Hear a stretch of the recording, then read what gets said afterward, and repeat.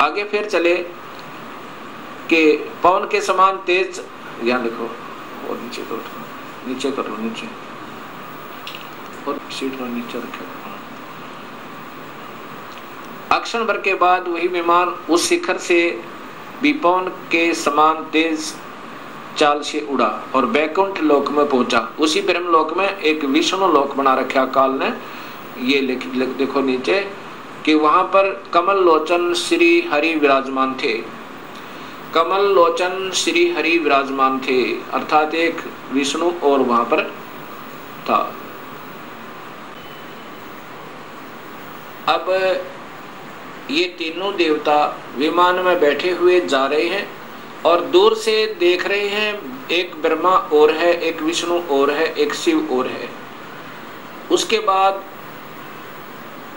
कहते हैं कि ब्रह्मा जी बता रहे हैं कि हमारा विमान बहुत तेज गति से चला और कहां पहुंचा, जहां पर एक बहुत सुंदर औरत बैठी थी और उसको देख करके हमने सोचा कि ये कौन है, ये देवी कौन है।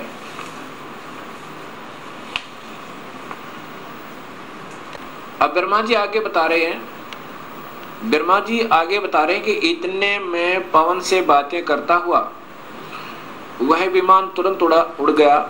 आगे अमृत के समान मीठे जल वाला समुद्र मिला। उसमें फिर आगे चलिए, उसमें एक मनोहर द्वीप था और वहां पर नीचे यहां देखिएगा एक मंगल में मनोहर पलंग बिछा था। उस पलंग में सुंदर रतन जड़े थे और वहां कौन थे, ये देखिए नीचे, उस पे एक औरत बैठी थी। वह ऐसी प्रभावपूर्ण देवी थी मानो करोड़ों बिजलियां एक साथ चमक रही हो। अत्यंत सुंदर मुख था, लाल दांत और करोड़ों लक्ष्मियों से भी अधिक वह सुंदर थी। अब वैसी सुंदरी स्त्री को मैंने कभी नहीं देखा था। पास में अनेकों साधक बैठकर हरियम इस मंत्र का जाप कर रहे थे। अब ये मंत्र हैं जो हम देते हैं, ये वास्तव में 5 मंत्र हैं अलग से, यहाँ देखना। उसके हजारों नेत्र, हजारों हाथ, हजारों मुख आदि आदि।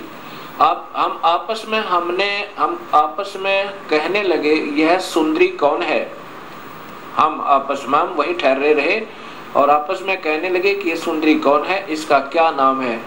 हम इसके विषय में बिल्कुल अनभिज्ञ हैं। अपनी माँ के बारे में भी तीनों देवताओं को नहीं मालूम।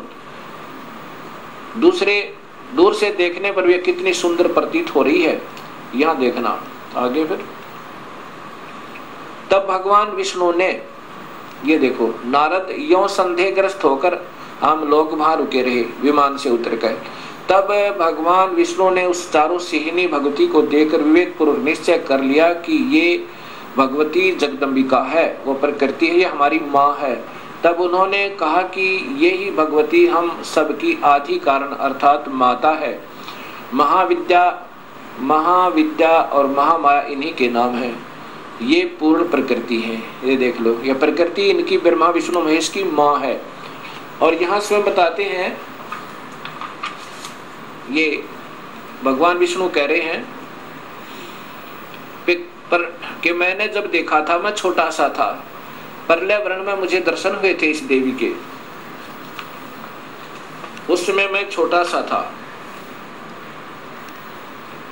ये वही संपूर्ण संसार की कारण है, ये वही देवंगना है जिनके पर्यावरण में अर्थात जो पानी ही पानी था मुझे दर्शन हुए थे। उस समय मैं बालक रूप में था। विष्णु जी कह रहे हैं मैं बालक रूप में था। ये वही देवी भागवत महापुराण गीता प्रेस गोरखपुर से प्रकाशित है।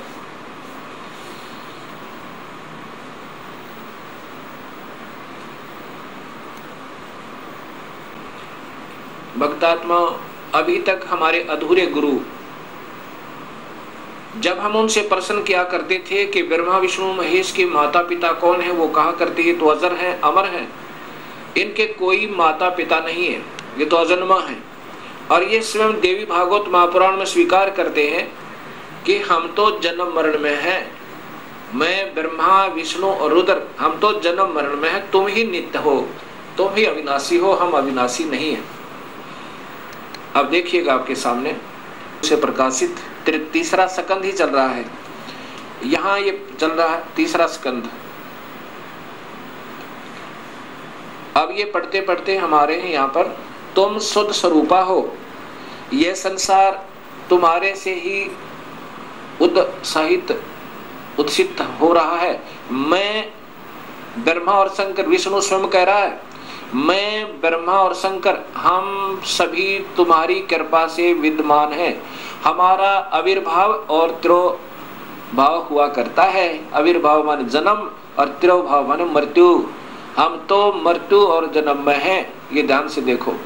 और केवल तुम ही नेता हो, जगत जननी हो, प्रकृति और सनातनी देवी हो। ये फिर देखना भक्तात्माओं, विष्णु जी कह रहे हैं मैं ब्रह्मा, मैं विष्णु ब्रह्मा और शंकर हम सभी तुम्हारी कृपा से विद्यमान हैं। हमारा आविर्भाव और तिरोभाव हुआ करता है। आविर्भाव माने जन्म, तिरोभाव माने मृत्यु। केवल तुम ही नेता हो, जगत जननी हो, प्रकृति और सनातनी देवी हो। ये प्रकृति शब्द आपको गीता में काम आएगा, जब ये दास आपको बताएगा कि ब्रह्म और प्रकृति से तीनों गुणों की उत्पत्ति हुई। ब्रह्मा विष्णु महेश की, रसगुण ब्रह्मा, सद्गुण विष्णु, तमगुण शिव जी की। ये वही देवी भागवत महापुराण है, गीता प्रेस गोरखपुर से प्रकाशित। यहाँ देखो, श्री भगवान शंकर बोले, देवी यदि महाभाग विष्णु तुम्ही से प्रकट हुए हैं तो उनके बाद उत्पन्न होने वाले ब्रह्मा भी तुम्हारे ही बालक हुए। और फिर मैं तमोगुणी लीला करने वाला शंकर भी तुम्हारी संतान हुआ। अब दोनों बात सिद्ध होगी भगवत आत्माओं। विष्णु भी प्रकृति से उत्पन्न हुआ, ब्रह्मा भी, और शिव ये तमोगुण शिव। अब वहां देखना, रजगुण ब्रह्मा, सद्गुण विष्णु, तमगुण शिव जी बताएगा दास आपको। मैं तमोगुण लीला करने वाला शंकर भी तुम्हारी संतान हुआ, अर्थात मुझे भी उत्पन्न करने वाली तुम ही हो। अब ये ध्यान से पढ़ो भक्तात्मा, ये वही देवी भागवत महापुराण गीता प्रेस गोरखपुर से प्रकाशित।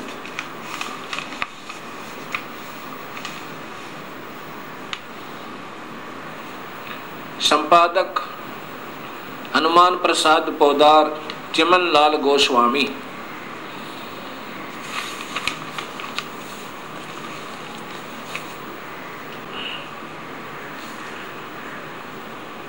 अब आपके सामने ये स्पष्ट हुआ कि ये प्रकृति देवी और ये ब्रह्म काल, इन्हीं से ब्रह्मा विष्णु और शिव की उत्पत्ति हुई। और जिनको हम अजर और अमर कहा करते थे, वो हमारे ही शास्त्रों में प्रमाणित है कि ये अनित्य है, ये तो नाशवान और जन्म और मरण के अंदर है। अब इन बातों का ज्ञान होने से ही हमें स्पष्ट ज्ञान होगा कि पूर्ण परमात्मा कौन है। अब उसके बाद क्या होता है, काल ने, ब्रह्म ने कहा था कि जब ये बच्चे सियाने हो जाएं, इन तीनों को सागर मंथन पर भेज देना और वहां पर जो वस्तु निकले इनको देना। सबसे पहले अब देवी ने क्या किया कि तुम तीनों अब विमान पर बैठो और जाओ अपने अपने स्थान पर, ये विमान तुम्हें वहां छोड़ देगा। ब्रह्मा को ब्रह्मालोक में, जैसा भी आपने ब्रह्मांड का चित्र देखा था, अलग से ब्रह्मालोक, विष्णुलोक, शिवलोक बने हुए हैं। इस ब्रह्मांड में ये पहले ही रचित हैं और इनको ऐसे ही एक बहुत लंबे चौड़े समुद्र पर, जल के समुद्र पर, वहां अपनी शक्ति से रखा हुआ था। किनको? ब्रह्मा विष्णु महेश को।